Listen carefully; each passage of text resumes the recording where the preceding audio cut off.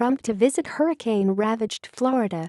Hollywood, Key West, Orlando, Florida, Los Angeles, Detroit, Denver, Winston-Salem, North Carolina, Milwaukee, New York. September 14, U.S. President Donald Trump visits hurricane-ravaged Florida on Thursday, where police are probing the deaths of 8 patients inside a nursing home as Hurricane Irma left millions in the state without power. Police in Hollywood, north of Miami, opened a criminal investigation on Wednesday after finding 3 dead patients at the Rehabilitation Center at Hollywood Hill, a facility that had been operating with little or no air conditioning. 4 more patients died at or en route to hospital, and a 5th was later identified as having died the night before, officials said. The death toll from Irma stood at 81, with several hard-hit Caribbean islands accounting for more than half the fatalities, and officials continued to assess damage inflicted by the second major hurricane to strike the U.S. mainland this year. Trump will visit Fort Myers in southwest Florida, an area hard hit by the storm, for a briefing on Hurricane Irma. He will then travel south to Naples, Florida, to meet with residents tackling the aftermath of storm, the White House said in a statement. The devastation left by Hurricane Irma was far greater, at least in certain locations, than anyone thought, but amazing people working hard, the president said in a tweet on Tuesday. One of the most powerful Atlantic storms on record, Irma bore down on the Caribbean with devastating force as it raked the northern shore of Cuba last week. It barreled into the Florida Keys island chain on Sunday, packing sustained winds of up to 130 miles per hour, 215 kilometers per hour, before plowing up the Gulf Coast of the state and dissipating.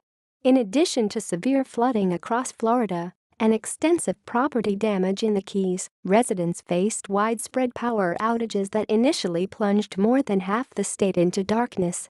Some 4.3 million homes and businesses were still without power on Wednesday in Florida and neighboring states.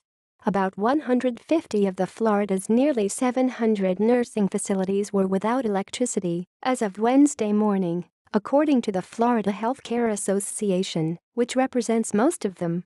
Florida Power and Light provided electricity to parts of the nursing home in Hollywood, but the facility was not on a county priority list for emergency power restoration, the utility said.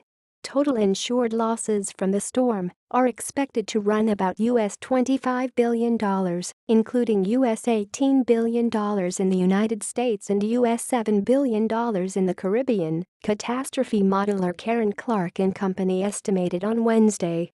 The Florida Keys were particularly hard hit, with federal officials saying 90% of its homes were destroyed or heavily damaged. The remote island chain stretches nearly 100 miles, 160 kilometers, into the Gulf of Mexico from Florida's southern tip, connected by a single highway and series of bridges.